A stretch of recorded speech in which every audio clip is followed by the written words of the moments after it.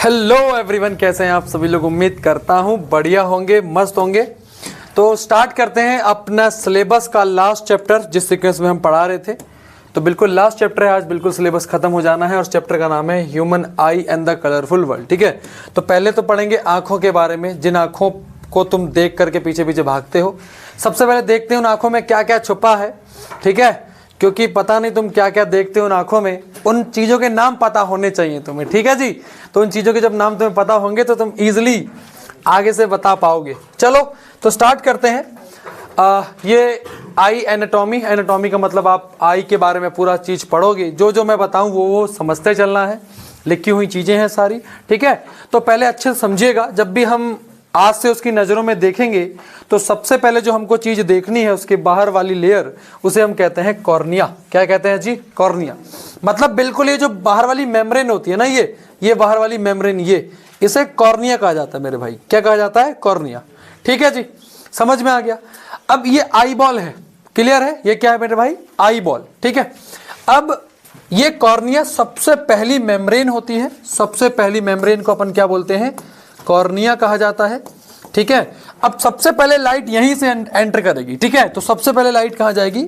आपकी कॉर्निया पर पड़ेगी। ठीक है, अब ये कॉर्निया क्या करेगा? थोड़ा सा रिफ्रैक्शन दिखाएगा। रिफ्रैक्शन का मतलब, रिफ्रैक्शन मतलब क्या है कि जब लाइट एक मीडियम से दूसरे मीडियम में जाएगी तो थोड़ा सा क्या हो जाएगी? बेंड हो जाएगी। तो मोस्ट ऑफ द रिफ्रैक्शन कहाँ होता है? सबसे पहले रिफ्रैक्शन कहाँ होता है? आपका कॉर्निया पे होता है। ठीक है, तो most of the refraction occur here, most of the refraction occur here. Clear है बच्चों? बात समझ में आ रही कि नहीं आ रही है?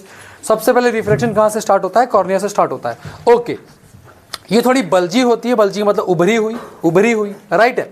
उसके आगे आते हैं। उसके आगे जब आएंगे, है ना, अब मैं इस फोटो पे आ जाता हूं।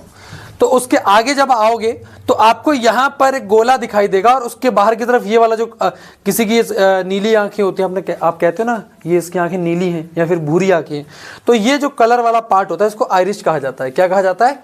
आइरिश। यहां देखो, यहां पर आइरिश है। अगर यहां देखोगे तो ये रहा आपका आइरिश। ठीक है जी, बात समझ में आई? लेबलिंग करते आनी चाहिए। ठीक है, उसके बाद आपको बिल्कुल ब्लैक कलर का जो स्पॉट दिखाई दे रहा है, ये जो ब्लैक कलर का स्पॉट दिखाई दे रहा है, इसको कहा जाता है प्यूपिल। क्या कहा जाता है बच्चों? प्यूपिल कहा जाता है। तो सबसे पहले हमने क्या पढ़ा है? कॉर्निया। उसके बाद ये आइरिश हो गया, ये कलरफुल वाला पार्ट है ना, किसी का ब्राउन होता है, किसी का ब्लैक होता है, किसी का ब्लू होता है। ठीक है, उसके बीच में जो स्पॉट है उसको क्या कहा जा रहा है? प्यूपिल कहा जा रहा है। अब यहाँ बहुत ध्यान समझना। ठीक है, बहुत ध्यान समझना। एक्चुअल में होगा क्या? रे ऑफ लाइट अंदर जाएगी, अंदर इमेज बननी है। ठीक है, अब कितनी लाइट अंदर जाएगी और कितनी नहीं जानी है, उसको रेगुलेट करने वाला जो पार्ट होता है वो होता है प्यूपिल। ठीक है, तो प्यूपिल क्या करेगा? ये करेगा regulate the amount of light entering into the eyes. याद रखना, प्यूपिल क्या करता है? रेगुलेट करता है कितनी लाइट अंदर जानी है, कितनी नहीं जानी है। ठीक है, अब ये कैसे होगा? ये होता है आइरिस के सहारे। अब समझना मेरी बात ध्यान से। ठीक है, अब मान लो अंदर रे ऑफ लाइट ज्यादा जानी है तो होगा क्या? प्यूपिल बड़ा हो जाएगा, प्यूपिल यहां से फैल जाएगा। प्यूपिल के बड़े होने का मतलब क्या है? आइरिस क्या हो जाएगा? छोटा होगा। बात समझ में आ रही है? समझ में आ रही नहीं आ रही है? इधर देखो ध्यान से, यहां देखो, यहां से रे ऑफ लाइट अंदर जानी है। अब इसको ज्यादा बड़ा हो जाएगा। ये इसके बड़े होने का मतलब क्या है? ये जो आइरिश वाला पोर्शन है क्या हो जाएगा? छोटा हो जाएगा। इसका मतलब ये हुआ कि प्यूपिल कब बड़ा होगा, कब छोटा होगा, इसको रेगुलेट कौन कर रहा है? आइरिश रेगुलेट कर रहा है। समझ में आया? तो आइरिश रेगुलेट कर रहा है प्यूपिल को, प्यूपिल के साइज को, प्यूपिल बड़ा होगा या छोटा होगा। ठीक है, और प्यूपिल क्या कर रहा है? लाइट के अमाउंट को क्या कर रहा है? रेगुलेट कर रहा है। याद रखिएगा पूरा। ठीक है, समझ में आया? तो आइरिश कलरफुल वाला पार्ट। ठीक है, बात समझ में आ गई? उसके बाद यहां से प्यूपिल अंदर ले जाएगा लाइट। बात क्लियर है पूरी अच्छे तरीके से? ठीक है, अब समझना इसको याद कैसे रखोगे? ऐसे याद रखो कि भैया आइरिश लोग रंग बिरंगे होते हैं, तो इसका मतलब रंग बिरंगा वाला पार्ट क्या हो जाएगा? आइरिश हो जाएगा। बात समझ में? आइरिश मतलब आयरलैंड वाले, ऐसे समझ लो। याद करने के लिए एक तरीके बता रहा हूं आपको। ठीक है बच्चों? ठीक है, अब समझना आगे। अब ऐसे एग्जांपल देता हूँ। ठीक है, आप मान लो अंधेरे वाले कमरे में हो, बिल्कुल अंधेरे वाले कमरे में हो, अंधेरा है वहाँ बिल्कुल, तो वहाँ पर प्यूपिल का साइज क्या हो जाएगा? थोड़ा बड़ा हो जाएगा। क्यों? क्योंकि ज़्यादा लाइट अंदर जाएगी तो आपको थोड़ा थोड़ा दिखाई देगा। लेकिन जैसे आप उस कमरे से बाहर निकलोगे तो अब लाइट थोड़ी कम जाएगी, मतलब पूरी रे ऑफ लाइट थोड़ी लेके जानी है, मतलब वो छोटा हो जाएगा वहाँ पर। बात समझ में आई? ताकि उसको क्या करे? इमेज बना ले। नहीं समझ में आया? नहीं समझ में आया फिर समझ लेना। ठीक है, तो आइरिश क्या है, आपका कलरफुल वाला पार्ट है, ठीक है, और पिपिल क्या है, जो आपकी रे ऑफ लाइट को अंदर रेगुलेट कर रहा है। डन है। उसके बाद ये सब आई लैश वगैरह है, ये सब जानने की जरूरत है नहीं, इतनी बात डन है। अब चलते हैं आई के अंदर की तरफ, ठीक है। इस पे देखो, ये आपका कॉर्निया था, ये आइरिश था, ठीक है। उसके बाद यहाँ पर कहाँ रह गया भाई, यहाँ पर पिपिल हो गया, ठीक है। अब अंदर है लेंस लगा हुआ, अंदर क्या है, लेंस लगा हुआ है, ठीक है। और लेंस को बड़ा या छोटा कौन करेगा, यहाँ पर लगी है सिलियरी मसल्स। क्या लगी है बच्चों, सिलियरी मसल्स, ठीक है। अब सोचना, सिलियरी मसल्स दबेंगी, कॉन्ट्रैक्ट करेंगी, तो लेंस क्या हो जाएगा, चौड़ा हो जाएगा। लेंस क्या हो जाएगा, चौड़ा हो जाएगा। और सिलियरी मसल्स क्या करेंगी, रिलैक्स हो जाएंगी, पीछे की तरफ हो जाएंगी, तो लेंस क्या हो जाएगा, पतला हो जाएगा। इसी तरीके से हम कभी दूर की चीजें देखते हैं, पास की चीज देखते हैं, तो जो रेगुलेशन हो रहा है वो किसकी वजह से हो रहा है, आपका लेंस की वजह से हो रहा है। और लेंस को रेगुलेट कौन कर रहा है, सिलियरी मसल्स, ठीक है जी। अब समझना, अब यहां से लाइट अंदर गई, यहां से लाइट अंदर गई, लाइट अंदर गई, और जब यहां से लाइट जब अंदर जाएगी तो ये लेंस क्या करेगा, कन्वर्ज करेगा, और कहीं ना कहीं क्या बनाने वाला है, इमेज बनाने वाला है। तो इमेज कहां बनती है, स्क्रीन पे। स्क्रीन का काम कौन कर रहा है हमारी आई के अंदर, कौन कर रहा है, बोलो बेटा, रेटिना कर रहा है। कौन कर रहा है बच्चों, रेटिना कर रहा है। ये रहा रेटिना आपका, समझ में आया। रेटिना बिल्कुल वैसे वर्क कर रहा है जैसे स्क्रीन वर्क करती है। तो इसका मतलब हमारी आई के अंदर स्क्रीन का काम कौन कर रहा है, रेटिना कर रहा है। अब रेटिना बेटा यहाँ कहीं नहीं, ये पूरी जो ये वॉल है ना, ये पूरी रेटिना है। इमेज कहीं भी बन सकती है, यहां बन सकती है, यहां बन सकती है, ठीक है। तो पूरी जो वॉल है वो रेटिना है, ठीक है। अब समझना, ये जो इमेज बनती है हमेशा कैसी बनती है बच्चों, इनवर्टेड बनती है। इमेज कैसी बनती है, उल्टी।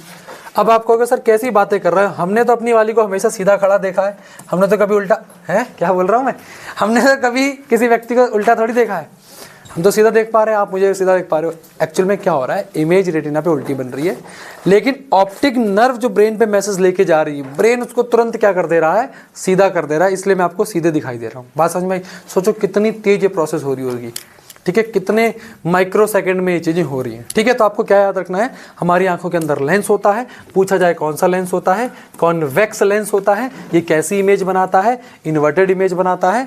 और यहाँ से इमेज के बाद मान लो यहाँ से ऑप्टिक नर्व होती है, ठीक है, बहुत सारे टाइप की होती है ऑप्टिक नर्व, है ना। यहाँ से मैसेज लेके जाती है किसके पास, ब्रेन के पास लेके जाती हैं। बात समझ में आ गई।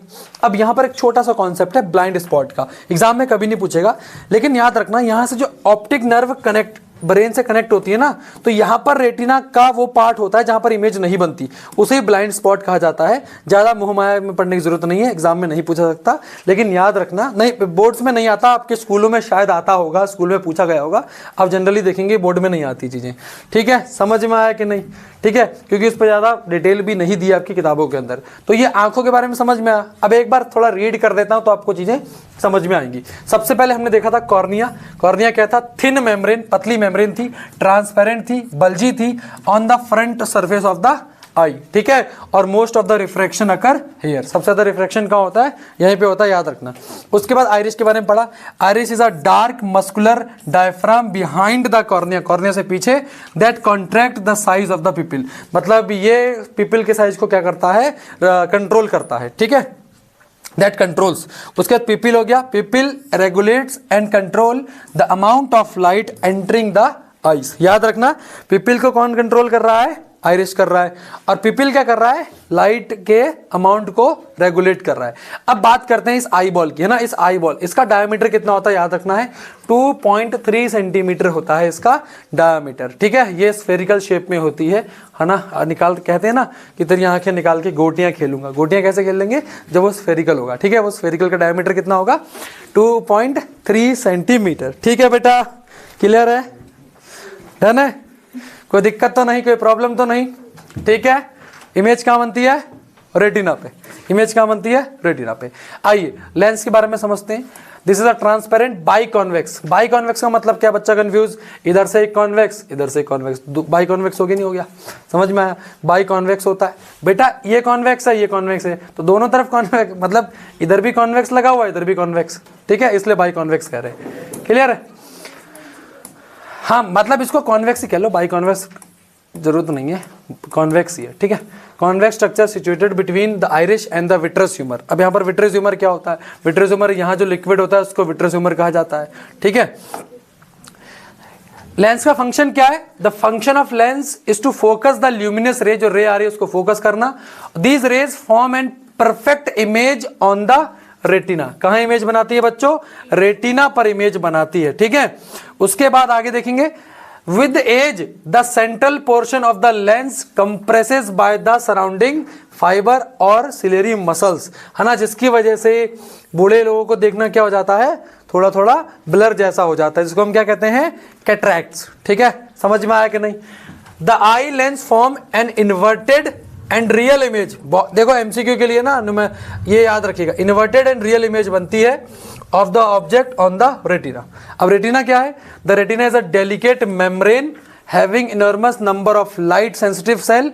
और जब ये लाइट सेंसिटिव सेल वहां पर हम उसको क्या कर पाते हैं? महसूस कर पाते हैं, तो ब्रेन को मैसेज जाता है, ठीक है।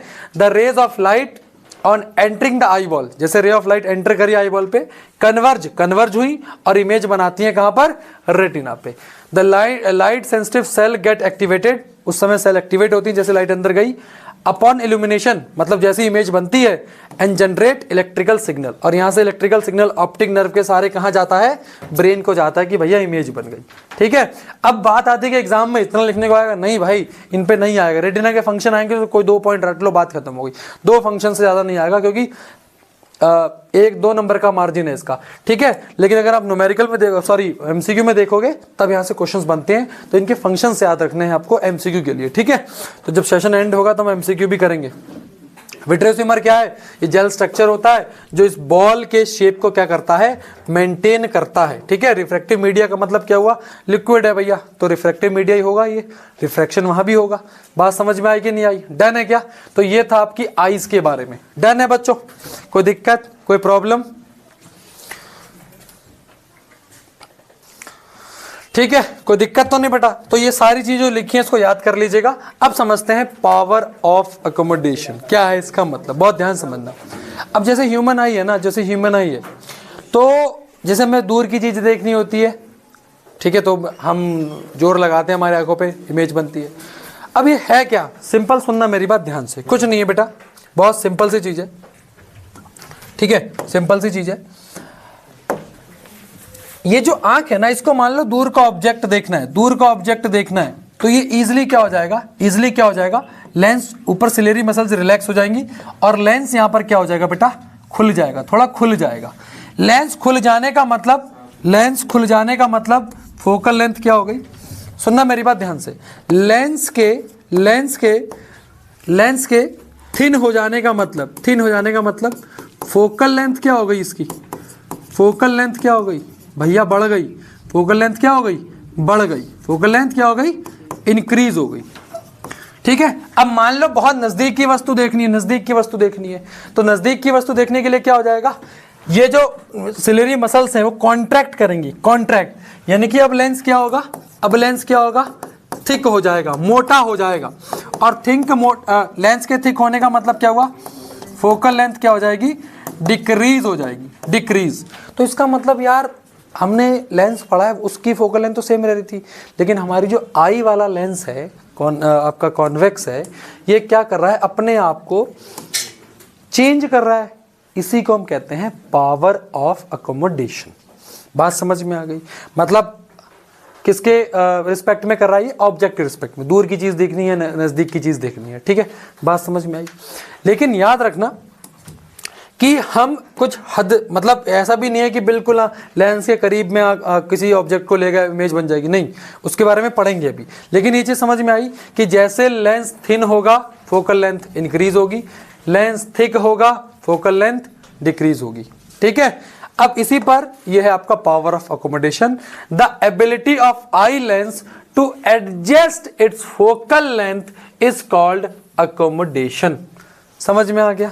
इसका फॉर्मूला होता है P is equals to 1/f। P is equals to 1/f। इसका मतलब क्या हुआ? इसका मतलब यह हुआ कि फोकल लेंथ बढ़ गई तो पावर घट गई, और फोकल लेंथ कम हुई तो पावर बढ़ गई। इसका मतलब यह हुआ कि जितनी नजदीक की वस्तु देखनी होगी मुझे, तो पावर उतनी ज्यादा लगेगी। बात समझ में आई? जितनी पास की वस्तु देखनी होगी उतनी ज़्यादा पावर लगेगी। खुद सोचो ना, जैसे अब नज़दीक लेके आओ तो धीमे धीमे देखो तुम्हारी आंखों में क्या होने लगेगा, दर्द सा होने लगेगा, है ना, स्ट्रेस आने लगेगा। अब समझना, the minimum distance eight which object can be seen most distinctly, मतलब साफ तरीके से देख पाए विदाउट एनी स्ट्रेस और strain, is called least distance of distinct vision. मतलब इसका मतलब क्या हुआ? Least distance of distinct vision का मतलब यह हुआ कि वो सबसे मिनिमम डिस्टेंस जहां पर आप किसी ऑब्जेक्ट को क्लियरली देख पाओ, है ना। जैसे देखो, आप अपनी अंगुलियों को ना आंख के नजदीक लाओ, देखो यहां तक आप देख पा रहे होगे, लेकिन जैसे जैसे नजदीक आ रही है तो ये आपको साफ नहीं दिख रही है, दिख रही है लेकिन साफ नहीं दिख रही। और देखो देखो अब तो ब्लर हो गया, बिल्कुल समझ में आ रहा है। तो इसका मतलब ये मैं कहाँ आ गया हूँ, और अंदर की तरफ आ गया हूँ, यहाँ पर मुझे ऑब्जेक्ट सही से दिखाई नहीं दे रहा। लेकिन जैसे जैसे आप इस अंगुली को पास में ला रहे हो तो आपकी आंखों में क्या आ रहा है, स्ट्रेस सा आ रहा है ना, इसी को हम कहते हैं। बात समझ में आ गई? तो कितना डिस्टेंस है वो जहां पर किसी ऑब्जेक्ट को क्लियरली देख पाओ? मिनिमम कितना होता है बेटा? 25 सेंटीमीटर। याद रखिएगा, for young adult with normal vision the nearer point is about 25 centimetre, ठीक है ना। तो नियरर पॉइंट क्या होता है? जहां पर आप किसी ऑब्जेक्ट को क्या देख पाओ, क्लियरली देख पाओ। 25 सेंटीमीटर याद रखना है। अब बात यह आती है एक बच्चे के माइंड में कि सर हम दूर तक, कितना दूर तक देख सकते हैं? भाई बहुत दूर तक देख सकता है ना। अभी मैं यहाँ खड़ा हूँ, ठीक है, अब मैं यहाँ खड़ा हूँ, मुझे मुंबई में नोरा फतेही दिखाई दे रही है क्या? गलत। अरे भाई जहां तक मैं देख पाऊंगा, दूर तक जहां तक मैं देख पा रहा हूं, ठीक है, वो मेरा कौन सा पॉइंट हो जाएगा? फारदेस्ट पॉइंट हो जाएगा। और हम उसको क्या कहते हैं? इन्फिनिटी कहते हैं। क्या कहते हैं बेटा? इन्फिनिटी, जहां तक आप देख पा रहे हो। क्लियर है क्या? बिल्कुल normal eye. The farthest point up to which the eye can be see object clearly is called far point of the eye, it is infinity. ये क्या है? इन्फिनिटी है। ये क्या है बच्चों? इन्फिनिटी कहेंगे इसको। क्लियर है? डन है बच्चों के नहीं? ठीक है, याद रखेंगे कि नहीं? चलो, अब भैया किसी का फारदेस्ट पॉइंट पास में आ गया तो उसको डिफेक्ट आ जाएगा, ठीक है, और किसी को पास की ऑब्जेक्ट सही से नहीं दिखाई दे रही है, मतलब डिफेक्ट आ गया। तो हम क्या पढ़ेंगे? Defect of vision. देखने में कुछ कमियां आ रही हैं, बहुत सारे लोग चश्मा लगाए रहते हैं, ठीक है। एंड देयर करेक्शन उसको सही कैसे करेंगे, है ना। हम पढ़ेंगे पहले डिफेक्ट क्या है उसे, और उसका करेक्शन क्या है। भाई देखो बहुत इंपॉर्टेंट है, मैं बता रहा हूँ, यहाँ से 3 मार्कर का सीधा सीधा सवाल आएगा, बहुत ज़्यादा इंपॉर्टेंट है। जितना पढ़ा हूँ उतना याद रखिएगा, जितना पढ़ा हूँ उतना याद रखिएगा, ठीक है।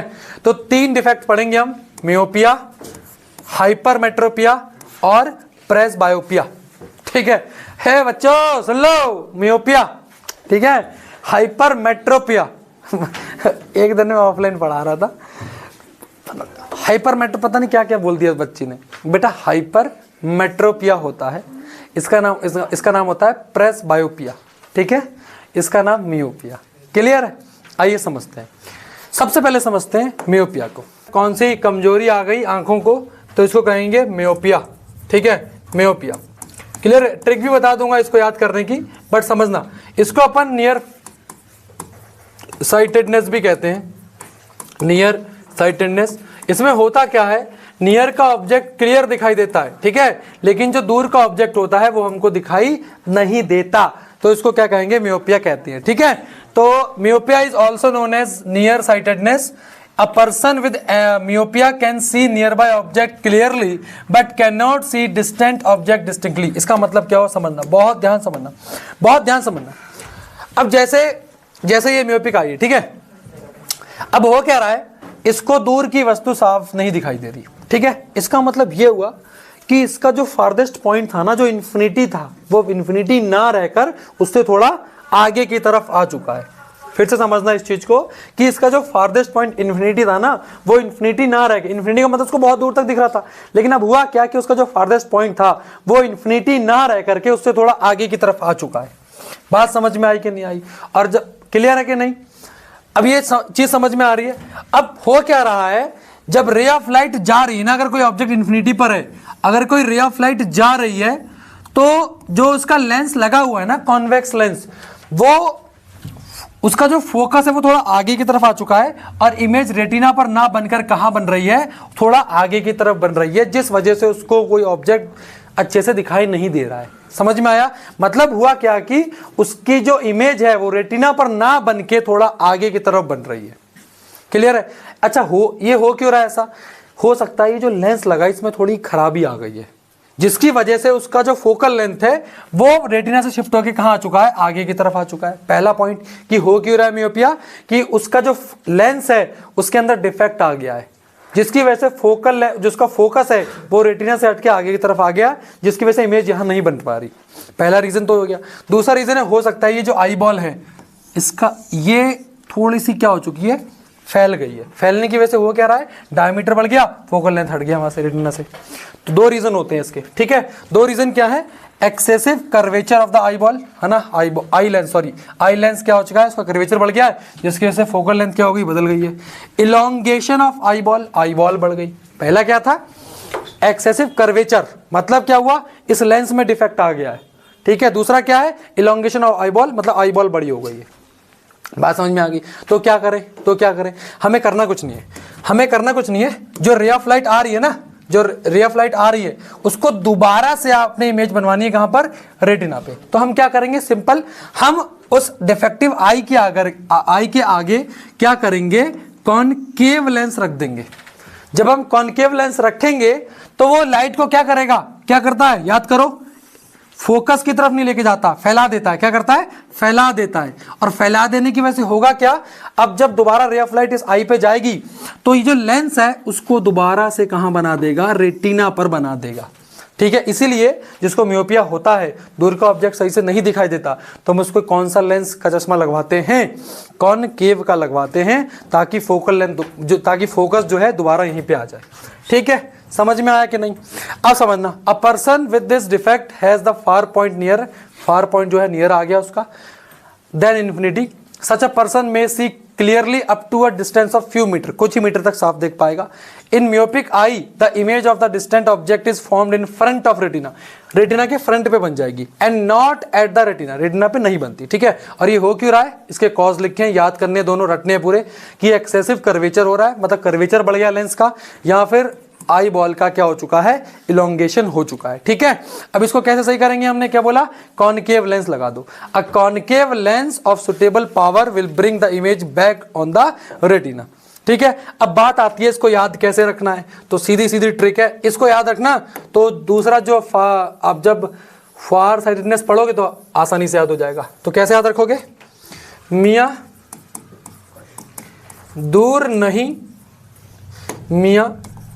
दूर नहीं पास आओ, केव में चले, ठीक है ना। अब याद करने का तरीका है भाई, मियां मतलब मियोपिया हो गया, दूर का नहीं दिख रहा है, दूर नहीं मतलब दूर का नहीं दिख रहा है, पास आओ मतलब पास का दिख रहा है, और क्या यूज करेंगे, कॉनकेव लेंस यूज करेंगे। ये आपको इजीली याद हो जाएगा, 3 मार्क्स पक्के हैं आपके, ठीक है। मियां दूर नहीं पास आओ, केव में चले, ठीक है, याद कर लोगे इजीली। अब डिफेक्ट ये याद रखना पड़ेगा आपको, मतलब कॉज इसके याद रखने पड़ेंगे, ठीक है बेटा, डन है क्या? अब ये देखो ध्यान से, है ना, ये नॉर्मल आई है, इसको सब कुछ अच्छे से दिखाई दे रहा है, लेकिन जैसे म्योपिक आई है तो उसको दूर का दिख रहा है, पास मतलब दूर का नहीं दिख रहा, पास का दिखाई दे रहा है, ठीक है। वो देखो दूर में लोग खड़े हैं, दिखाई नहीं दे रहा, पास का दिखाई दे रहा है, ठीक है। Due to elongated myopic eye distant figure appears blurry, ठीक है जी, डन है क्या? ओके,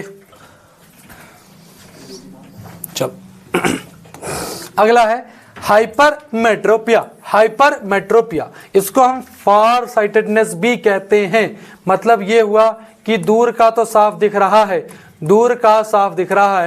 पास का नहीं, ठीक है, पास का नहीं, है ना। बात समझ में आ गई नहीं आ गई, क्लियर है, ठीक है।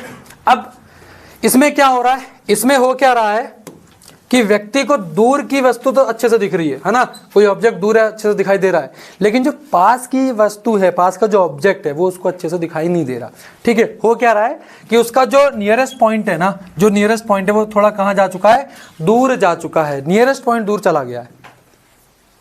ऐसा कैसे? क्योंकि लेंस क्या हो चुका है, ये वाला खराब हो चुका है। बात समझ में आ गई? क्लियर है कि नहीं? लेंस क्या हो चुका है? खराब हो चुका है। लेंस क्या कर रहा है? लेंस क्या कर रहा है? रे ऑफ लाइट को क्या कर दे रहा है? फैला दे रहा है। बात समझ में आई? लेंस रे ऑफ लाइट को फैला दे रहा है। फैला देने की वजह से वो कह रहा है इमेज रेटिना पे ना बन रही है, कहां बन रही है? उससे पीछे। बन ही नहीं रही है ना, तभी हम ऐसे दिखाएंगे रेटिना से पीछे जाके बन रही है। ठीक है, हो सकता है भैया वो जो आई बॉल है वो क्या हो गई? छोटी हो गई है।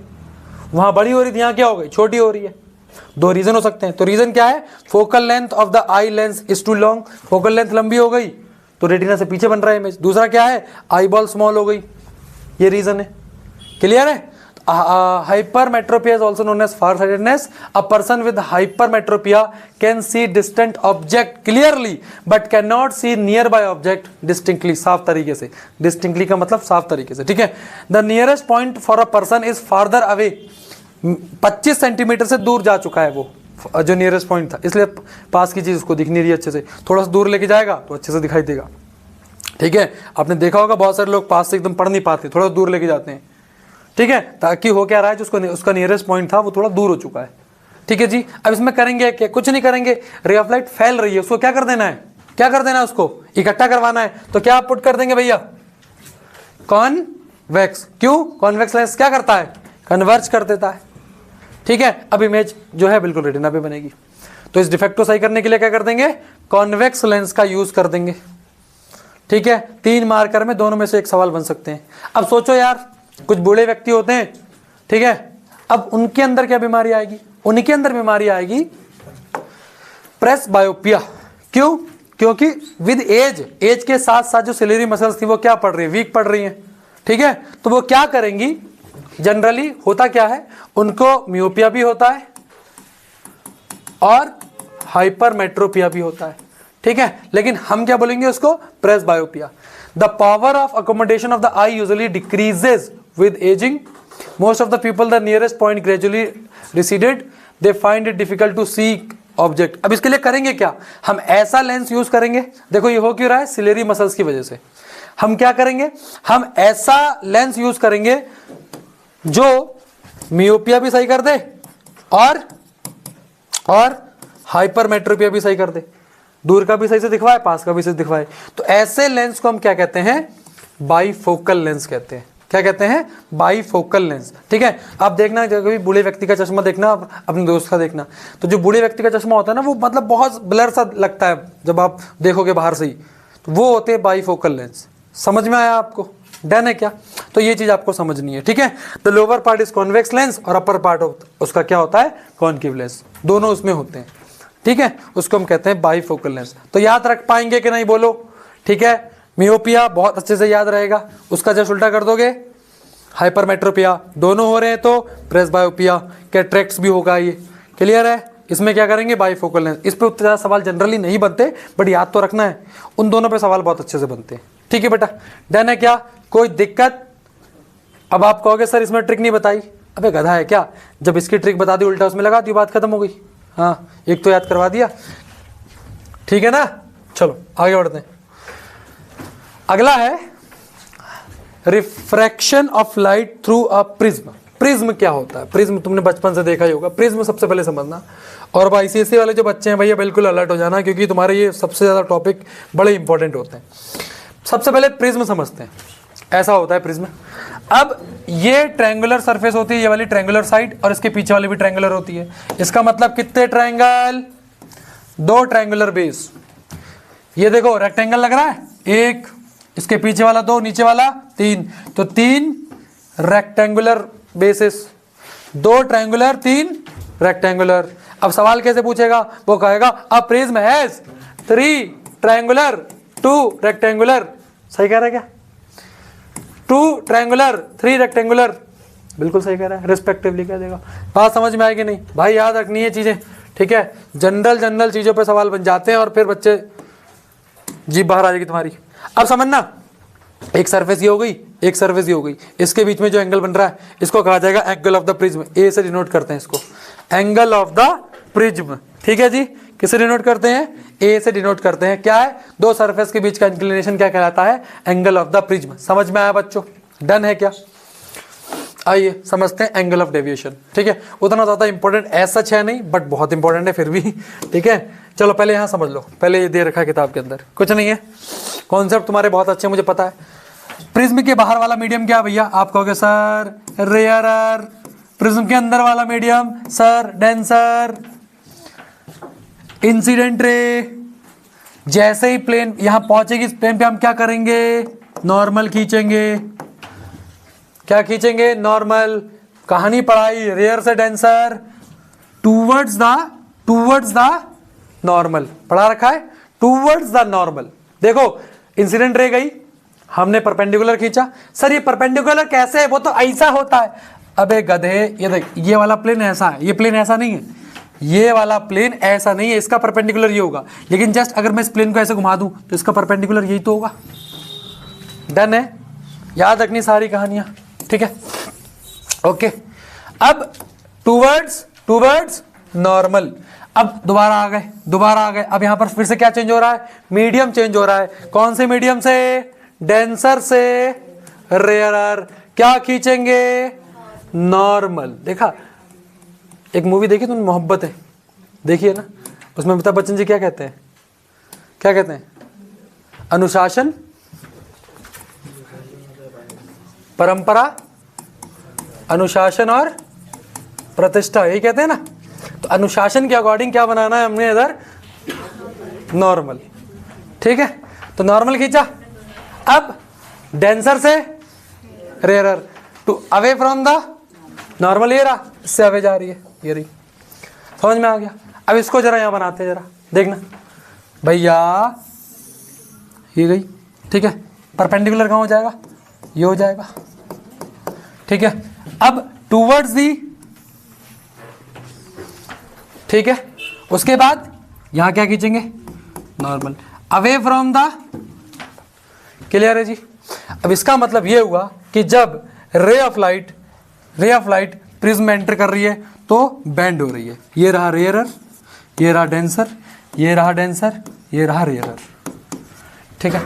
अब एंगल ऑफ डेविएशन का मतलब क्या है, एंगल ऑफ डेविएशन का मतलब ये है कि, अच्छा एक चीज समझो, तुम्हें ऐसा लग रहा कि यहां जो बेंडिंग हो रही है वो इस प्रिज्म के किस तरफ हो रही है, बेस की तरफ हो रही है। ये भी याद रखना, कंपिटेंसी बेस्ड है ना, तो जरूर याद रखना भैया कि प्रिज्म के किस तरफ बेंडिंग होती है, टूवर्ड्स इट्स बेस। तो ये बेंडिंग किधर होगी, ये भी याद रखना, बेंडिंग टूवर्ड्स इट्स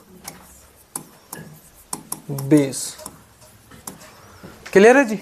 बेस है प्रिज्म का, बेस है। बेस मतलब बेटा ये देखो बेंडिंग टूवर्ड्स बेस हो रही है, बेस की तरफ, ठीक है। अब ये याद रखना है। अब देखो ध्यान से, अच्छा एंगल ऑफ डेविएशन का मतलब ये है कि जब कोई रे ऑफ लाइट प्रिज्म की तरफ गई तो अपने एक्चुअल पाथ से कितना डेविएट हुई है उसे हम कहते हैं angle of deviation. Sir actual path क्या था, ये था, एक्चुअल पाथ क्या था, ये था, यही था। डेविएशन वाला पाथ कौन सा, ये रहा, तो इसको पीछे की तरफ मिलाओ। इसके बीच में कौन सा एंगल, ये वाला एंगल, ये एंगल कौन सा कहलाएगा, एंगल डी। ये तो डेविएशन हो रहा है, मतलब एक्चुअल पाथ से कितना डेविएट हो रही है, इसे क्या कहते हैं, एंगल ऑफ डेविएशन, ठीक है, ठीक है। इसको क्या कहेंगे, इमर्जेंट रे भी कहते हैं, पढ़ रखा है। इसे क्या कहते हैं, इमरजेंट रे, दोबारा से इमर्ज हो रही है, ठीक है। बात समझ में आ रही कि नहीं, डन है कि नहीं, इमरजेंट रे। अब कैसे लिखोगे angle of deviation, angle of deviation is the angle between the incident ray and the emergence ray is in a prism is called angle of deviation, ठीक है। देखो बनाओगे ऐसे बना लेना, लेकिन यहां भी बनी हुई चीज है, ये देखो डी, एंगल डी, ठीक है जी। तो ये आपको याद रखना है, ठीक है। तो एंगल ए क्या है, एंगल ऑफ प्रिज्म, ये वाला एंगल ए प्रिज्म होता है, ठीक है। Angle of incidence, angle of refraction, angle of emergence और एंगल ऑफ डेविएशन, ये चीज याद रखनी है आपको, ठीक है। अब देखो यहाँ पर जनरली अगर आप देखोगे यहाँ पर तो ये रहा एंगल ऑफ इमरजेंस, ये रहा, ठीक है, और एंगल ऑफ रिफ्रैक्शन ये रहा आपका, और इंसिडेंट एंगल ये रहा, ठीक है, याद रखिएगा बेटा। डन है क्या, यहाँ तक समझ में आया। ये किसने करा भाई, क्यों पढ़ना पड़ रहा है इतना, तो ये सब काम करा हमारे न्यूटन साहब ने। ये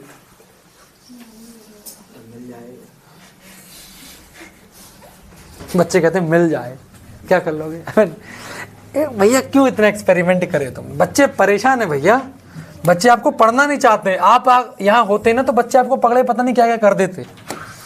ठीक है न्यूटन साहब, चलो कोई नहीं, खैर आपने इतना सब कुछ दिया है, उस कंट्रीब्यूशन को हम तो भूल नहीं सकते।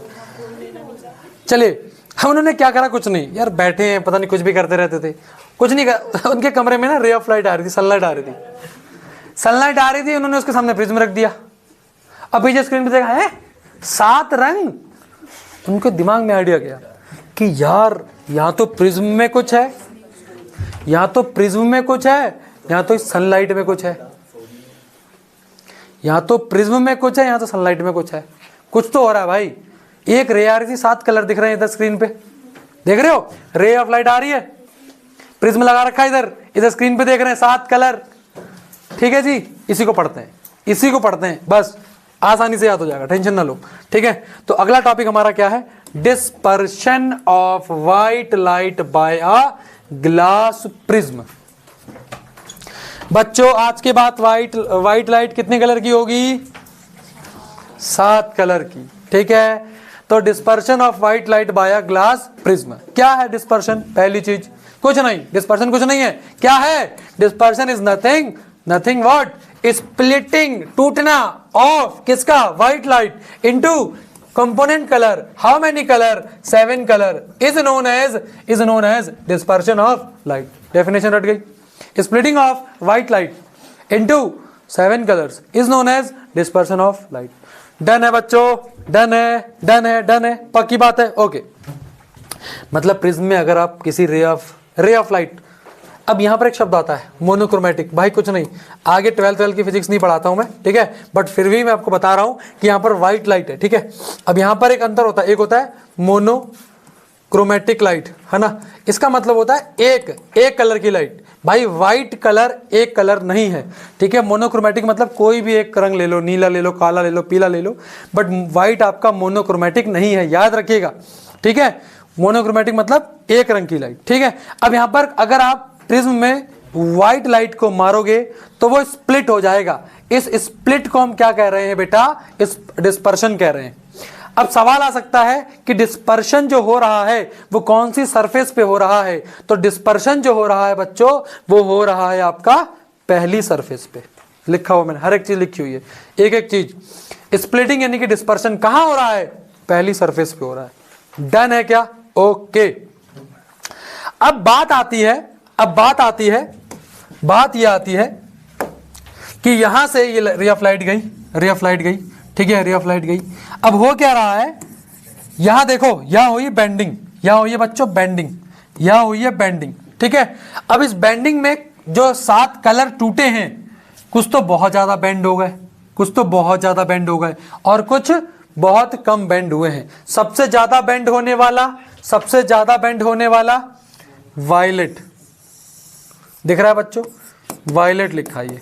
ठीक है, वायलेट क्या होता है, सबसे ज्यादा बेंड होता है, और सबसे कम कौन सा बेंड होता है, रेड कलर। क्लियर है, समझ में आया, क्लियर है। अब ये जो 7 कलर का बैंड है ना, ये बैंड 7 कलर का बैंड, इसे क्या कहते हैं, स्पेक्ट्रम कहते हैं। क्या कहते हैं बच्चों, स्पेक्ट्रम। तो डिस्पर्शन और स्पेक्ट्रम में अंतर समझ में आ रहा है।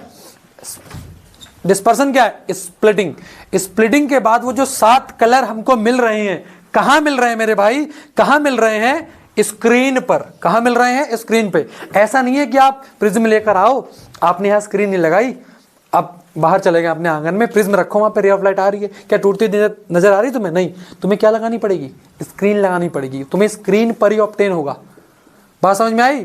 तो आपको स्पेक्ट्रम कहां मिलता है, स्क्रीन पर मिलता है। बात समझ में आ गई। तो यहां लिखा देखो, स्पेक्ट्रम कहां मिल रहा है भैया, स्क्रीन पर। स्प्लिटिंग यानी कि डिस्पर्शन कहां हो रहा था, पहले सरफेस पे। रिफ्रैक्शन कहां हो रहा है, दूसरे सरफेस पे। समझ में आ रहा है, याद रखनी है चीजें, याद।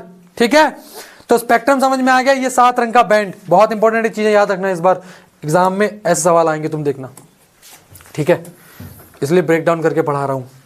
डन है बच्चों, क्लियर है। अब बात आती है डिस्पर्शन हो क्यों रहा, जरा सोचो यार। ऐसा है कि हर एक कलर के बैंड होने की क्षमता क्या है, अलग अलग है। ठीक है, हर एक कलर बैंड होने का जो उसकी क्षमता है वो अलग अलग है। तो डिस्पर्शन हो क्यों रहा है, different colour of light bend through different angles with respect to incident ray as they pass through a prism, that is why आपका डिस्पर्शन हो रहा है। ठीक है जी, याद रखिएगा। तो इसमें इसको याद करने की ट्रिक सभी जानते हैं, बचपन से पढ़ते आ रहे हैं। विबग्योर, ठीक है, विबग्योर, ठीक है, सबसे ज़्यादा सबसे कम, क्लियर है। अब जितना ज़्यादा बेंडिंग उतनी ज़्यादा लाइट फैल जाएगी, जितनी ज़्यादा बेंडिंग उतनी ज़्यादा लाइट फैल पाएगी। समझ में आया? तो जब लाइट फैल पाएगी तो जरा पूछो, तुमसे यही पूछूं मैं, आसमान का रंग नीला क्यों है? क्योंकि सबसे ज़्यादा क्या हो जाता है उसका? बेंडिंग। जितनी ज़्यादा बेंडिंग उतना ज़्यादा स्प्लिटिंग, इसलिए सब कुछ नीला नीला। ठीक है, क्लियर है जी। अच्छा, यहाँ वॉयलेट, इंडिगो, भैया इसको ना एक ही कलर में कंसीडर करो फिलहाल। ठीक है, आपको ये लॉजिक ना आगे पता लगेंगे। इन तीनों के एक ही कलर में आप क्या करो, कंसीडर करो फिलहाल। जितना कह रहा हूँ उतना कर लो अभी। ये स्लाइड बहुत इंपॉर्टेंट है। डिस्पर्शन याद होना चाहिए। डिस्पर्शन क्यों होता है याद होना चाहिए। रेड लाइट लीस्ट करती है, वॉयलेट मोस्ट करता है। स्प्लिटिंग पहले सरफेस पे, रिफ्रैक्शन सेकंड सरफेस पे। स्पेक्ट्रम स्क्रीन पे हो रहा है। स्पेक्ट्रम क्या है? Band of colour obtain on screen when light is disperse through a prism is known as spectrum. ठीक है, ये रहा उसका एक्सपेरिमेंट जो न्यूटन साहब ने किया था। ठीक है, चलिए, Newton's prism experiment, inverted prism, बहुत जरूरी है। अब भैया उनके ना माइंड में सवाल आया कि जो स्क्रीन पे मुझे कलर मिल रहे हैं, क्या ये कलर सनलाइट की वजह से है या फिर प्रिज्म में कुछ है? हो सकता है ना यार, ये तो दिमाग में जाएगा यार, कहीं प्रिज्म में ही ऐसा है कि वो 7 कलर दे रहा है। तो उन्होंने क्या करा, एक और एक्सपेरिमेंट करा। देखो, एक्सपेरिमेंट देना एक अलग बात है, उसको प्रूविंग करना अलग बात है। ठीक है, मैंने कुछ भी बोल दिया और मैंने उसको प्रूव नहीं करके दिया तो वो एक्सपेरिमेंट क्या होगा? फेल होगा। ठीक है, उन्होंने एक्सपेरिमेंट किया, उन्होंने उसका प्रूफ भी दिया भाई। ठीक है, उन्होंने क्या करा? कुछ नहीं करा। पहले तो उन्होंने ये तो आपको पता है, ये कंडीशन तो पता है ना कि भैया स्प्लिटिंग हो रही है। ठीक है, यहाँ पे स्प्लिट हो रहा है, यहाँ स्पेक्ट्रम मिल रहा था। अब यहाँ पर उन्होंने क्या करा, जस्ट आगे की तरफ उल्टा प्रिज्म लगा दिया। कहाँ से इनके अंदर दिमाग था? सच में महान व्यक्ति थे यार, कुछ भी कहो, इतना ज़्यादा दिमाग, इतना ज़्यादा सोचना। ठीक है, तो सोचा करो बच्चों आप भी, लेकिन कहाँ बच्चे आजकल के सोचते हैं, दिमाग तो कहीं और ही लगा पड़ा है। सोच तो तभी पाओगे ना जब दिमाग होगा इन चीज़ों पे। दिमाग तो तुम्हारा एक ही चीज़ पे लगा हुआ है। तो अब होगा क्या, उन्होंने आगे क्या करा, प्रिज्म को उल्टा कर दिया। अब वहाँ भी भैया क्या हुआ? डिस्पर्सन हुआ है। डिस्पर्सन नहीं होगा बेटा, इधर देखो, यहाँ पर बेंडिंग हुई और बेंड होकर के यहाँ पर अगली स्क्रीन पे इनको क्या दिखाई दिया? व्हाइट लाइट दिखाई दी। यहाँ से प्रूव ये हुआ, क्या प्रूव है यहाँ से? ये प्रूव हुआ कि जो भी यहाँ पर डिस्पर्शन हो रहा है, स्पेक्ट्रम ऑब्टेन हो रहा था, वो प्रिज्म की वजह से नहीं बल्कि व्हाइट लाइट की वजह से था। इसका मतलब ये हुआ कि जो व्हाइट लाइट होती है उसके अंदर कितने कलर होते हैं? 7 कलर होते हैं। ये चीज आपको याद रखनी है। प्रिज्म की वजह से नहीं था ये, क्योंकि जो सनरेज थी वो ही डिस्पर्शन वाला फेनोमेना दिखाती है जब किसी प्रिज्म से जाती है। प्रिज्म की वजह से नहीं था, याद रखना है आपको। डन है ना ये चीज? डन है ये? अब देखो यहाँ पर लिखा क्या है। Isaac Newton was the first to use a glass prism to obtain the spectrum of sunlight. He tried to split the color of the spectrum of white light further by using another similar prism. He placed a second identical prism in a inverted position with respect to the first prism. ठीक है, this allowed all the color of spectrum to pass through the second prism. He found a beam of white light emerging from the other side of the second prism was a white light. ठीक है, this observation gave Newton the idea that the sunlight is made up of 7 colors. तो याद रखना, जो sunlight होती है वो किसकी बनी होती है? 7 रंग की बनी होती है। आज के बाद सनलाइट को क्या कंसीडर किया गया? White light. Any light that give a spectrum similar to that of sunlight is often referred to as white light. बात समझ में आ गई? तो क्योंकि व्हाइट लाइट ही होती है सनलाइट, तो व्हाइट लाइट 7 कलर से मिलके बनती है। अब इस पर आगे ना जब 12th में जाओगे, रे ऑप्टिक्स वगैरह पढ़ोगे, जब ऑप्टिक्स पढ़ोगे तो वहाँ बहुत डिटेल है। मेक श्योर करिएगा कि फिजिक्स के साथ ही आप मतलब पीसीएम या पीसीबी के साथ जा रहे हो, है ना। पीसीएम एक अच्छा ऑप्शन है, अगर आप पीसीबी लेते हैं तो आपका खुद है भैया, है ना, क्योंकि वहाँ भी फिजिक्स के अंदर मैथ तो आनी है। फिलहाल सबकी अपनी अपनी चॉइस होती है, कुछ ह्यूमैनिटीज़ लेकर जाएंगे, कुछ लेकर जाएंगे, बट आपको ये चीज़ें, आपको इतनी जानकारी होनी चाहिए। अगर आप यहाँ मैथ छोड़ भी रहे हैं तो आपको बेसिक मैथ आनी भी चाहिए आगे के लिए। ठीक है, चलिए फिलहाल ये सारी बातें थी, ये न्यूटन का प्रिज्म एक्सपेरिमेंट था। केवल कंक्लूजन याद रखिएगा कि जो सनलाइट है वो कितने कलर से मिलती है, 7 कलर से मिलती है। ये कंक्लूजन याद रखना है इसका केवल। चलो भैया एक अलग अगला फिनोमेना है जिसको कहा जाता है रेनबो। चलो अगला टॉपिक है हमारा, बहुत ध्यान से यहाँ चीजें सुनना और जितना बता दूं उतना याद कर लेना, मार्क्स आ जाएंगे, ठीक है। तो अगला टॉपिक है हमारा रेनबो कैसे बनता है। रेनबो है ना, रेनबो क्या होता है भैया, क्या कहते हैं उसको हिंदी में, इंद्रधनुष। समझना सबसे पहले यहाँ पर ये इंद्रधनुष तभी बनेगा जब बारिश हो जाएगी, उसके बाद की कंडीशन। क्यों, वहां पर क्या रहते हैं, वाटर वेपर यानी कि वाटर ड्रॉपलेट, ठीक। अब ये जो वाटर ड्रॉपलेट है ये किसकी तरह बिहेव करेगी, बिल्कुल बिल्कुल प्रिज्म की तरह बिहेव करेगी, ठीक है। होगा क्या, कुछ कंडीशंस है। पहली कंडीशन ये है कि वाटर ड्रॉपलेट के अपोजिट साइड में सन होना चाहिए, एक ही साइड में दोनों के नहीं हो पाएगा, अपोजिट साइड में सन होना चाहिए। सन की रे जब आएगी तो यहां पर जब ये प्रिज्म की तरह काम कर रहा है तो सबसे पहले होगा रिफ्रैक्शन, मीडियम बदलेगा, सबसे पहले मीडियम बदलेगा, सबसे पहले क्या होगा, रिफ्रैक्शन। उसके बाद यहां होगी कलर की क्या, स्प्लिटिंग। कलर की क्या हो जाएगी बच्चों, स्प्लिटिंग होगी। स्प्लिटिंग के बाद ये वाली जो सरफेस है ना, ये स्प्लिट हुए इन कलर रे को क्या कर देगी, रिफ्लेक्ट कर देगी, याद रखिएगा, रिफ्लेक्ट कर देगी, याद रखना। तो सबसे पहले क्या हो रहा है बच्चों, रिफ्रैक्शन, मतलब मीडियम बदल रहा है। उसके बाद स्प्लिटिंग हो रही है जिसको हम डिस्पर्शन भी कहते हैं, ठीक है। और उसके बाद इंटरनल क्या हो रहा है बच्चों, रिफ्लेक्शन, रिफ्लेक्ट कर दिया। अब यहां जो खड़ा व्यक्ति होगा, यहां जो खड़ा व्यक्ति होगा वो इन 7 कलर को देख पाएगा instead of this one light, ठीक है। तो इसे हम कहते हैं रेनबो। इसमें कुछ कंडीशन है। पहली कंडीशन, अगर व्यक्ति यहां खड़ा है तो सन हमेशा कहां होना चाहिए, उसके पीछे की तरफ। याद रखना ओवरहेड नहीं होना चाहिए, सवाल ऐसे ही बनते हैं, ओवरहेड नहीं, सन हमेशा कहां होना चाहिए, पीछे होना चाहिए। रेनबो उसके फ्रंट पे बनेगा और जो वाटर ड्रॉपलेट होगी उसके अपोजिट साइड में क्या होगा, सन होगा।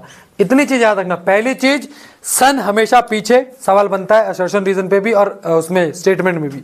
सन हमेशा व्यक्ति के पीछे, ऑब्जर्वर के पीछे, वाटर ड्रॉपलेट आगे, ठीक है, और आपका रेनबो आगे। बात समझ में आ गई, ओवरहेड आया नहीं, ठीक है। अच्छा, इसमें कौन कौन सी घटनाएं हो रही हैं, सबसे पहले क्या हुआ, रिफ्रैक्शन, जो लिखा है इसलिए लिखा है क्योंकि पेपर में पूछता है। दूसरा क्या हुआ, डिस्पर्शन, स्प्लिटिंग। तीसरा अंदर की तरफ से क्या हुआ है, रिफ्लेक्शन, इंटरनल रिफ्लेक्शन। जो बोल दिया सवाल बनेगा, इस पर एमसीक्यू भी बनेंगे, मैं बता रहा हूं। ये तीनों चीजें हैं, ठीक है जी। अब आइए इसे पढ़ लेते हैं। ये देखो सारी कंडीशंस हो रही है ना, सबसे पहले रिफ्लेक्शन हुआ, स्प्लिटिंग हुई और ये आपका इंटरनल क्या हो गया बेटा, रिफ्लेक्शन। रेनबो फॉर्मेशन क्या है, रेनबो एक नेचुरल स्पेक्ट्रम है, ठीक है, appearing in the sky after rain shower. It is caused by the dispersion of sunlight. क्यों हो रहा है, dispersion of sunlight by tiny water droplet present in atmosphere. A rainbow is always formed in opposite direction of the sun. जो बोल रहा हूं याद रखना, कौन सी डायरेक्शन में हो रहा है बेटा, opposite direction of the sun, opposite direction of the sun. Sun should be behind an observer, sun का होना चाहिए behind, and rainbow formed in front of an observer. याद रखिएगा, जो यहां पर इंपॉर्टेंट मार्क करा है इस पे सवाल बनते हैं एक एक स्टेटमेंट पे, ठीक है जी। The water droplet act like a small prism. यहां पर वाटर ड्रॉपलेट क्या काम करते हैं, प्रिज्म का काम कर रही है। दे रिफ्रैक्ट, सबसे पहले refraction, then disperse incident sunlight and reflect in internally, internal reflection हो रहा है। अब इस पॉइंट को मैंने यहां पर कंक्लूजन करके यही लिख दिया था, है ना, ये चीज लिख दी थी, तो याद रखना इस ऑर्डर को भी, ठीक है जी। बात समझ में आ गई।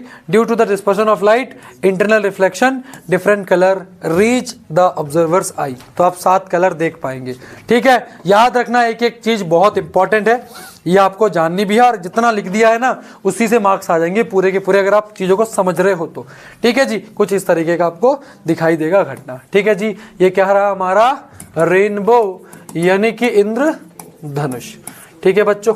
बारिश के बाद ही दिखाई देता होगा जनरली। चलिए अब अगला है एटमॉस्फेरिक रिफ्रैक्शन। Atmospheric refraction. ठीक है, अगर कुछ बच्चों को ना मतलब इसमें आलस सा लगे कभी, आप लोग कुछ नहीं बेटा, आराम से बैठना, एक एक टॉपिक कंप्लीट करना, एक एक पढ़ना, याद कर लेना। ठीक, अब समझना आगे। अगला है एटमॉस्फेरिक रिफ्रैक्शन। मुझे बताओ, जब आपने ज्योग्राफी पढ़ी होगी क्लास 9th में या कभी भी पढ़ी होगी, तो क्या एटमॉस्फेयर में गैसेस का कंसंट्रेशन हर जगह सेम है? हर जगह सेम है? नहीं। जैसे जैसे आप मान लो यहाँ खड़े हो आप, ठीक है, यहाँ खड़े हो, ट्रोपोस्फेयर, स्ट्रेटोस्फेयर, मेसोस्फेयर याद नहीं रखना, बता रहा हूं। जैसे जैसे आप ऊपर की तरफ जाओगे गैसेस का कंसंट्रेशन क्या होता जाएगा? कम होता चला जाएगा। गैसेस का कंसंट्रेशन कम होता चला जाएगा। अगर तुम ये सोच रहे हो ना बढ़ता हुआ चला जाएगा, तो तुमसे बड़ा मंदबुद्धि कोई नहीं है बेटा। जैसे जैसे आप ऊपर बढ़ोगे गैसेस का कंसंट्रेशन कम हो गया। ऊपर से ऊपर मौसी रहती तुम्हारी नहीं, ऊपर मौसी रहती है, ऊपर ऊपर गैसेस बढ़ रही हैं। अगर हम ऊपर से नीचे की तरफ आएंगे तो यहां कौन सा मीडियम है? रेयरर। इधर कौन सा है? डेंसर। अब समझना कहानी, समझना भैया, ये रेयरर, यहां नॉर्मल खींचू, नॉर्मल खींचू, समझना मेरी बात ध्यान से। अच्छा इधर नहीं, ऐसे बनाता हूं, ठीक है। अब ये रे ऑफ लाइट आ रही है, मान लो रे ऑफ लाइट आ रही है, ठीक है, आ रही है, आ रही कि नहीं? यहां नॉर्मल खींच दिया मैंने, नॉर्मल खींच दिया। अब रेयरर से डेंसर टूवर्ड्स दी नॉर्मल। अब देखो फिर दूसरी लेयर में आ गया, दूसरी लेयर में आ गया, दूसरी लेयर में। अब यहां मैंने खींच दिया, ठीक है, नॉर्मल खींच दिया, टूवर्ड्स दी नॉर्मल। फिर यहां खींच देता हूं टूवर्ड्स दी नॉर्मल। क्या तुम्हें बेंडिंग दिखाई दे रही है? दिखाई रही है बेंडिंग? ये बेंडिंग क्यों हो रही है? क्योंकि जैसे जैसे आप एटमॉस्फेयर में ऊपर जाएंगे तो ऊपर जाने से मीडियम क्या होता जाएगा? रेयरर होता जाएगा, यानी कि मीडियम में क्या आने लगेगा? डिफरेंस आने लगेगा। जिस वजह से अगर सनलाइट इधर ऊपर से नीचे की तरफ आएगी या ऊपर से कोई भी रे ऑफ लाइट नीचे की तरफ आएगी तो अपना रास्ता क्या करते आएगी? वो डेविएट करते हुए आएगी। समझ में आया? क्लियर है कि नहीं? तो यहां पर क्या हो रहा है? रिफ्रैक्शन। ठीक है, लेकिन ये हो क्यों रहा है? एटमॉस्फेयर में डिफरेंट डिफरेंट लेयर की वजह से, इसलिए इसको क्या कह रहे हैं? Atmospheric refraction. समझ में आ रहा है कि नहीं बेटा? समझ में आ रहा है कि नहीं? एटमॉस्फेरिक रिफ्रैक्शन, ठीक है। Atmospheric refraction is a deviation, deviate होना of light from a straight line as it passes through the atmosphere due to variation in the air density. ठीक है, यहां डेंसिटी लो, यहां डेंसिटी ज्यादा। समझ में आ रहा है? तो इसकी वजह से आपका जो पाथ है वो क्या हो जाएगा? यहाँ पर डेविएट होगा, और आपको अगर कोई रे ऑफ लाइट यहाँ पर होगी तो वो कुछ इस तरीके से आएगी। बात समझ में आई कि नहीं आई? इसी बेंडिंग को, इस डेविएशन को अपन कहते हैं एटमॉस्फेरिक रिफ्रैक्शन। ये होता क्यों है? This refraction is due to the velocity of light through air decreases. Air decreasing, the refractive index increases with increase density. ठीक है ना? तो एयर की डेंसिटी डिक्रीज होती है। बात समझ में आ रही है? एयर की डेंसिटी जैसे जैसे डिक्रीज होती है तो आपका ये फेनोमेना होता है। ठीक है बच्चों, तो याद रखिएगा जितना ऊपर लिखा है इसमें इतना लिख के आना है। और ये हो क्यों रहा है? रिफ्रैक्शन की वजह से हो रहा है। और क्यों हो रहा है? क्योंकि एटमॉस्फेयर में अलग अलग लेयर में अलग अलग क्या है बेटा? डेंसिटी ऑफ एयर है। ठीक है जी, अगला टॉपिक। अच्छा ये रहा, ऐसे समझेंगे आप ना। अब देखना बहुत ध्यान से, अब देखना मेरी बात बहुत ध्यान से। इस पे सवाल बनता है कि apparent star position due to atmospheric refraction. इसका मतलब क्या है?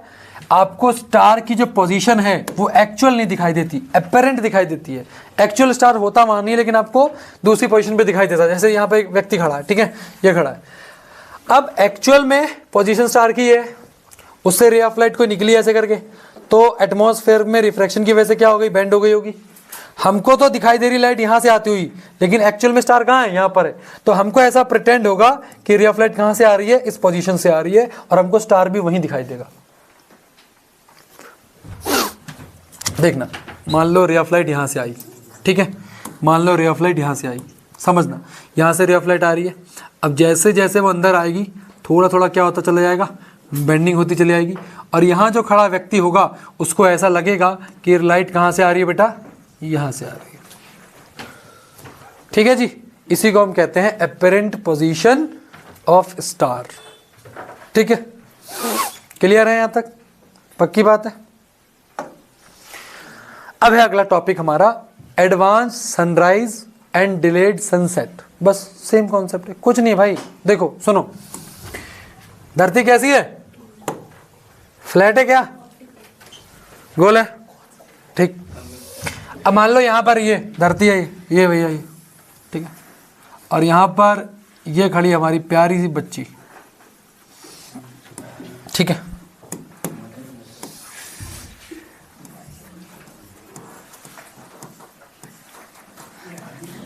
चलो अभी व्यक्ति खड़ा है यहाँ पे, अब समझना। अब यार क्या धरती घूम रही है या सन घूम रहा है? धरती घूम रही है ना, सन तो नहीं घूम रहा, सन तो वहीं पर है। अब वहां से ये हॉरिजन हो गया हमारा प्लेन, ठीक है। अब जब सन यहां होगा तो सन से जो रे ऑफ लाइट निकलेगी ऐसे निकली, अब जैसे वो एटमॉस्फेयर में एंटर करी धीमे धीमे क्या होने लग गई? क्या होने लग गई? रिफ्रैक्ट होने लग गई। तो इसका मतलब सन अभी नीचे ही था, हॉरिजन से कहां था? नीचे ही था, लेकिन उसकी रे ऑफ लाइट कहां तक पहुंच गई? इस व्यक्ति की आंखों तक। उस व्यक्ति को ऐसा लग रहा है कि सन यहां पर क्या आ चुका है? आ चुका है, सन यहां पर आ चुका है, लेकिन एक्चुअल में सन कहां है? अभी हॉरिजन से नीचे ही है, लेकिन उसको लग रहा है कि सन यहां आ चुका है। क्यों? क्योंकि जो उसकी रे ऑफ लाइट यहां से निकली होगी, बहुत सारी, देखो एक रे ऑफ लाइट नहीं निकलेगी, बहुत सारी निकलेगी। तो जब बहुत सारी रे ऑफ लाइट निकलेगी तो रिफ्रैक्शन की वजह से वो यहां पर पहुंच जाएंगी, ठीक है। पहुंची, हमको लग रहा है कि सन यहां आ गया, हमको लग रहा है सन यहां पर आ गया। एक्चुअल में हमको 2 मिनट पहले ही सन दिखाई देता है, याद रखिएगा। The sun is visible to us about 2 minute before the actual sunrise, ठीक है, बात समझ में? 2 मिनट पहले। और जब, अब सेम कंडीशन है भैया, जब वो हॉरिजन से नीचे पहुंच जाएगा फिर भी आपको सनलाइट दिखाई देगी। तो about 2 minute after actual sunset, sunset हो जाएगा, नीचे सन पहुंच गया, लेकिन हमको उसकी रे ऑफ लाइट अभी वहां दिखाई देगी, ठीक है जी। इस वजह से ये आपको 2 मिनट का अंतराल रहता है। और ये हो क्यों रहा है? Due to refraction, due to atmospheric refraction, ठीक है। ड्यू टू रिफ्रैक्शन नहीं, ड्यू टू एटमॉस्फेरिक रिफ्रैक्शन, ठीक है बच्चों। याद रखना है कि एक चीज आपको जितना लिखा है स्लाइड में उतना पढ़ लेना बस। अगला है ट्विंकलिंग ऑफ स्टार्स। अगला टॉपिक है हमारा ट्विंकलिंग ऑफ स्टार्स। चलो, तो अगला टॉपिक है ट्विंकलिंग ऑफ स्टार्स, ठीक है। ट्विंकलिंग ऑफ स्टार्स बहुत अच्छे से समझना मेरे भाई, बहुत इजी है। अब समझना मेरी बात ध्यान से। ट्विंकलिंग ऑफ स्टार्स, सुनो, जो स्टार है ना, जो स्टार है उसको हम सिंगल सोर्स ऑफ लाइट समझते हैं, सिंगल, ठीक है। सिंगल सोर्स का मतलब भैया कि इकलौता, मतलब उसके अंदर से रे ऑफ लाइट आप समझो कि एक निकल रही है, समझना। अब समझिएगा मेरी बात ऐसे कि अभी जो एटमॉस्फेयर है ना, अब इसमें इतना ज़्यादा चेंजेस आता है इसके टेम्परेचर में चेंजेस। अगर टेम्परेचर में चेंज आया, टेम्परेचर अगर मान लो बढ़ गया तो पार्टिकल बहुत ज़्यादा मूव करेंगे, लेकिन मान लो प्रेशर में चेंज आया, मान लो प्रेशर बढ़ाया आपने तो पार्टिकल बहुत नज़दीक आ जाएंगे।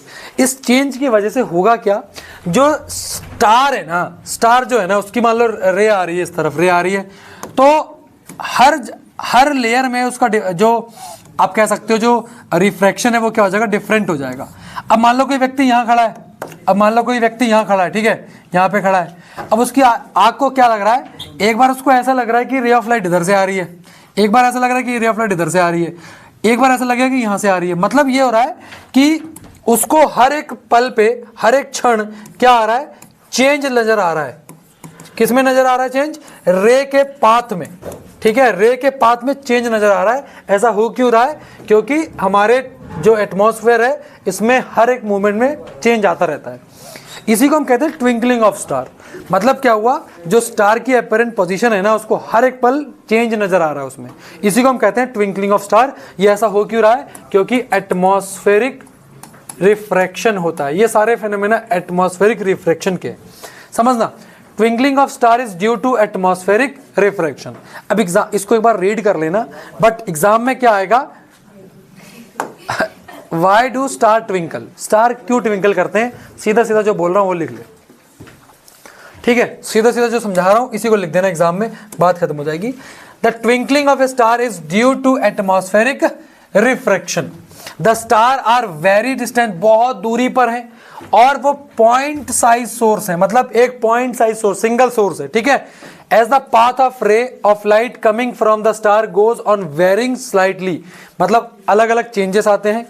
The apparent position of star fluctuates, जो उसकी अपरेंट पोजिशन है ना वो फ्लक्चुएट होती रहती है, कभी यहाँ कभी यहाँ कभी यहाँ कभी यहाँ, ठीक है। फ्लक्चुएशन की वजह से क्या हो रहा है, ट्विंकलिंग हो रही है। The amount of starlight entering into the ice flickers, क्या हो रहा है, पाथ फ्लक्चुएट हो रहा है, इसकी वजह से जो अमाउंट लाइट में एंटर कर रही है वो भी क्या हो रही है, फ्लक्चुएट हो रही है। इसकी वजह से क्या होता है, आपका स्टार ट्विंकल करते हैं। Sometime appears brighter and sometime low, that is why twinkling of stars occurs. तो याद रखिएगा, सीधा सीधा इतना एग्जाम में एक ही सवाल बनेगा, इस पे इतना आपको लिख देना है। पीछे वाली स्लाइड मैंने आपको ऐसी लिख के दी है, ठीक है जी। ये सारी इसको कंफ्यूजन, अगर आप बुक रीड करोगे तो ये सब दिखाई देगा, तो बच्चा क्या होता है, कंफ्यूज। बच्चा कहेगा आखिर कहना क्या चाहते हो, तो कहना यही चाहते हैं कि आंसर आपको ये लिखना है, ठीक है बेटा। बात समझ में आई कि नहीं?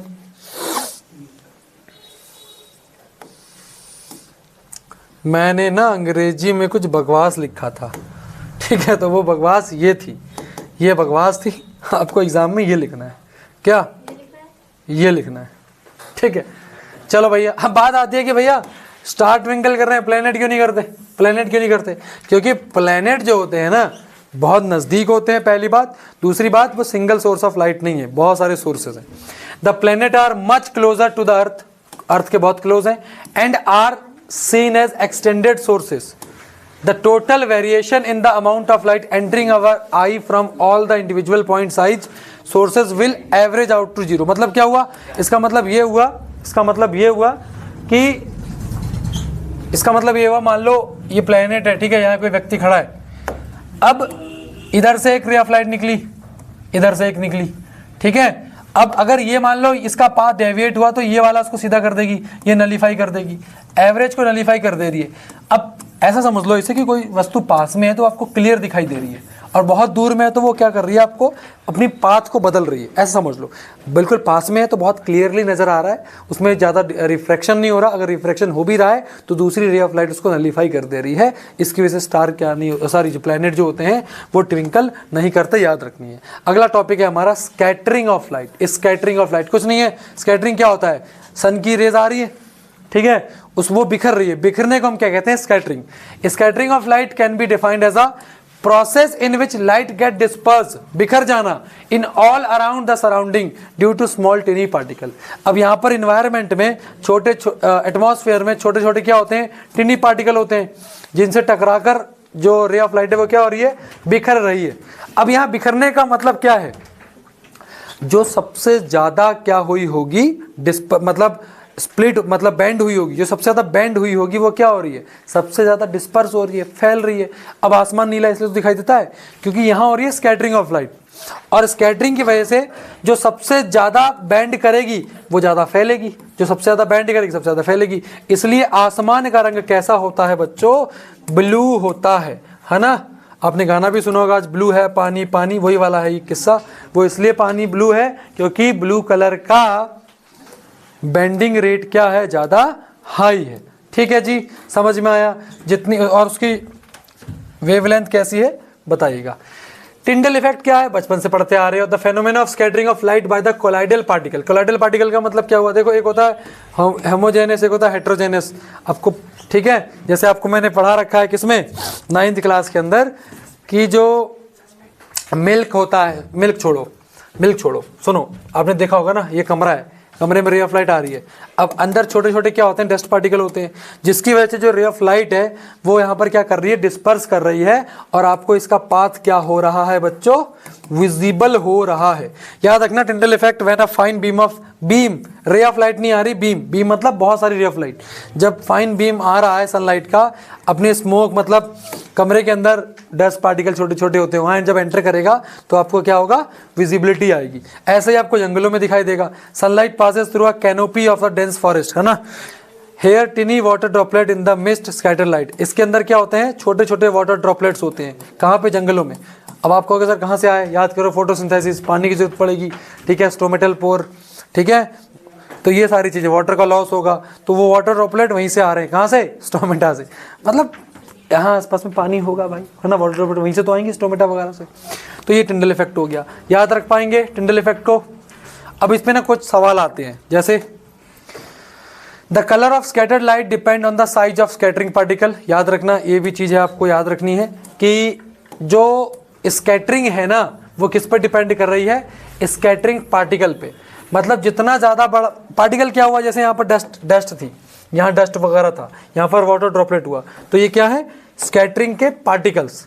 अब very fine particles scattering mainly blue light. बहुत छोटे पार्टिकल होंगे तो किसको स्कैटर करेंगे, ब्लू लाइट को। बात समझ में आ रही है, बहुत छोटे पार्टिकल ब्लू लाइट को स्कैटर करेंगे। बहुत बड़ा पार्टिकल होगा तो भैया वो किसको वो करेगा, लॉन्गेस्ट वेवलेंथ यानी कि रेड को करेगा। बात समझ में आई कि नहीं आई, छोटा पार्टिकल ब्लू को करेगा, बड़ा पार्टिकल रेड को करेगा, ये चीज याद रखिएगा। अब इसमें सवाल बनेगा कि why is the colour of the clear sky blue. The molecule of air and other fine particle in the form of atmosphere have size smaller than the wavelength of visible light. तो यहाँ पर जो atmosphere में होते हैं ना छोटे छोटे पार्टिकल, वो ब्लू कलर को क्या करते हैं, स्कैटर करते हैं, जिसकी वजह से scattering of blue colour is more as it has shorter wavelength. तो जो ब्लू कलर होता है उसकी वेवलेंथ कैसी होती है, छोटी होती है। और छोटी वेवलेंथ, देखो यहाँ इसको याद कर लो, मतलब समझ लो और याद कर लो। ये जो वेवलेंथ वगैरह है ना बेटा, ये जब आप आगे फिजिक्स लेके पढ़ोगे तब आपको बहुत अच्छे समझ में आएगा। फिलहाल याद कर लो कि ब्लू कलर का वेवलेंथ कैसा होता है, छोटा होता है, जिसकी वजह से इसका ज़्यादा डिस्पर्शन होता है, और इसी वजह से आपको आसमान कैसा दिखाई देता है बच्चों, नीला दिखाई देता है। यहाँ पर देखो चीज लिखिए, the red light has a wavelength about 1.8 times greater than blue light. तो इसका मतलब ब्लू लाइट की वेवलेंथ छोटी होती है और रेड लाइट की वेवलेंथ बड़ी होती है। तो आपको स्काई पे क्वेश्चन आए तो ये लिख देना है, आपको सारी चीज़ें याद भी रखनी है। अब ऐसा है कि अगर अर्थ में एटमॉस्फेयर नहीं होता तो स्कैटरिंग नहीं होती। जब स्कैटरिंग नहीं होती तो आसमान कैसा दिखाई देता, काला दिखाई देता। समझ में आया, अगर एटमॉस्फेयर नहीं होता, ये एटमॉस्फेयर है तो नीला दिखाई दे रहा है, स्कैटरिंग हो रही है। एटमॉस्फेयर ही नहीं होता तो एटमॉस्फेयर की रिफ्रैक्शन नहीं होता, और जब रिफ्रैक्शन नहीं होता तो आसमान काला होता। ठीक है ना। If the earth had no atmosphere there would not have been any scattering, then the sky would have been looked dark, काला दिखाई देता। और इसलिए the sky appears dark to passenger flying at very high altitude. जैसे जो passenger है ना वो ऊपर उड़ रहे होंगे, तो वो एटमॉस्फेयर से जब ऊपर उड़ेंगे तो उनको क्या महसूस नहीं होगा, वहाँ स्कैटरिंग ही नहीं होगी, क्योंकि एटमॉस्फेयर से ऊपर है, वो हाई एल्टीट्यूड पे ज़्यादा ऊंचाई पर है, कम स्कैटरिंग हो रही है, तो उनको आसमान कैसा दिखाई देता है, डार्क दिखाई देता है। क्लियर है, समझ में आया, क्योंकि ऊपर स्कैटरिंग ही नहीं हो रही ना, क्योंकि एटमॉस्फेयर तो नीचे रह गया। अब ये सवाल है भैया कि डेंजर सिग्नल में हम रेड कलर का यूज क्यों करते हैं, क्योंकि भैया कम स्कैटर होता है, फैलेगा कम, दूर तक दिखाई देगा। समझ में आया, नीला लगा दूंगा उसकी जगह पर नीला फैल जाएगा भाई, दिखना बंद हो जाएगा। समझ में आया कि नहीं आया। तो ये क्या है, कम स्कैटर होता है, जिसकी वजह से हम इसको डेंजर के सिग्नल्स पे क्या करते हैं, यूज करते हैं। चलिए last but not least, reddening of the sun at sunrise and sunset. जब सुबह होती है बिल्कुल लाल लाल सा महसूस होता है सन के आसपास का एरिया, हमें भी शाम को भी बड़ा सुहाना मौसम सा होता है। ये ऐसा क्यों होता है समझना। सनसेट की बात करते हैं, अच्छा सनराइज की पहले बात कर लेते हैं हम, ठीक है। अब देखो सुनना, अब मान लो दोपहर में हमारा जो सन है बिल्कुल अबव द हेड में होता है, मतलब बिल्कुल सर के ऊपर, ठीक है। जब ऊपर है तो इसको कम डिस्टेंस ट्रैवल करनी पड़ रही है, और जब कम डिस्टेंस ट्रैवल करनी पड़ रही है तो इसका मतलब ये हुआ यहाँ पर डिस्पर्शन हो जाएगा, ठीक है। तो यहाँ पर तो आसमान आपको कैसा दिखाई देगा बेटा, ब्लू ही दिखाई देगा। लेकिन सनसेट और सनराइज के समय होगा क्या, लाइट को ज़्यादा ट्रैवल करना पड़ेगा। जब ज़्यादा ट्रैवल करना पड़ेगा तो जो आपका रेड कलर है, ठीक है, वो यहाँ पर फैल जाएगा। फैलने मतलब धीमा धीमा रेड, और जैसे आपने विबग्योर पढ़ा है, विबग्योर, ठीक है, तो ऑरेंज रेड, तो ये यहाँ पर फैलेगा, ये ज़्यादा दूर तक दिखाई देगा। इसलिए आपको शाम को और सुबह सनसेट के समय आसपास एरिया जो है वो कैसा दिखाई देता है, ऑरेंज दिखाई देता है। क्यों, क्योंकि कैसा है, लीस्ट स्कैटर होने वाला कलर है, लीस्ट स्कैटर होने वाला कलर है। Blue sky and red sunset, molecules in atmosphere scatters light, shorter wavelength blue violet scatter हो गई मोर इजली। सनसेट में more atmosphere, more scattering, orange red sky, sun आपको दिखाई देगा, ठीक है, क्योंकि स्कैटरिंग ज्यादा हो गई किसकी, ब्लू कलर की, और ज्यादा दूर तक कौन दिखाई दे रहा है, रेड कलर। क्लियर है ना, डिस्टेंस पे डिपेंड करता है। नून में लेस एटमॉस्फेयर कम है, डिस्टेंस कम ट्रेवल करनी पड़ेगी, कम स्कैटरिंग होगी, आसमान कैसा दिखाई देगा, ब्लू कलर दिखाई देगा, ठीक है। समझ में आया? ज़्यादा एटमॉस्फेयर, ज़्यादा ट्रैवलिंग, यहाँ से ज़्यादा ट्रैवल करना पड़ेगा, जितना ज़्यादा ट्रैवलिंग उतना स्कैटरिंग। ब्लू स्कैटर हो गया, क्या आएगा? ऑरेंज और रेड दिखाई देगा। ठीक है जी। और आज वो दिन है जहां आपका सिलेबस क्या होता है? कंप्लीट होता है। डन है बच्चों? क्लियर है? तो यहाँ हमारा साइंस का सिलेबस कंप्लीट होता है। तो सीधी सी स्ट्रेटजी ये है कि आप पहले साइंस का सिलेबस आज कंप्लीट कर लो, मतलब कंप्लीट हो गया, अब आप याद कर लो, ठीक है। और 5 तारीख से आप अपने इंग्लिश के एग्ज़ाम की तरफ शिफ्ट हो जाओ। 5 से 15 पूरा डेडिकेशन आपका इंग्लिश में होना चाहिए। बट मेरा मानना है कि 5 से 10 तारीख के बीच में आप साइंस को रिवाइज करते रहें, मतलब 1 से 1.5 घंटा आप साइंस को भी दें 5 से लेकर 10 तारीख तक। 10 तारीख से 15 तक पूरा शिफ्ट आप हो जाएंगे कहाँ पर? इंग्लिश की तरफ। एक अच्छी स्ट्रेटजी के साथ आप बहुत कुछ हासिल कर सकते हैं, ठीक है। एक अच्छा अनुशासन और स्ट्रेटजी आपको लगेगी सिलेबस कंप्लीट करने में। मिलते हैं नेक्स्ट वीडियोस में जहां हम साइंस की प्रैक्टिस करेंगे, बट वो साइंस के एग्जाम से 4 दिन पहले। ठीक है जी, थैंक यू सो मच।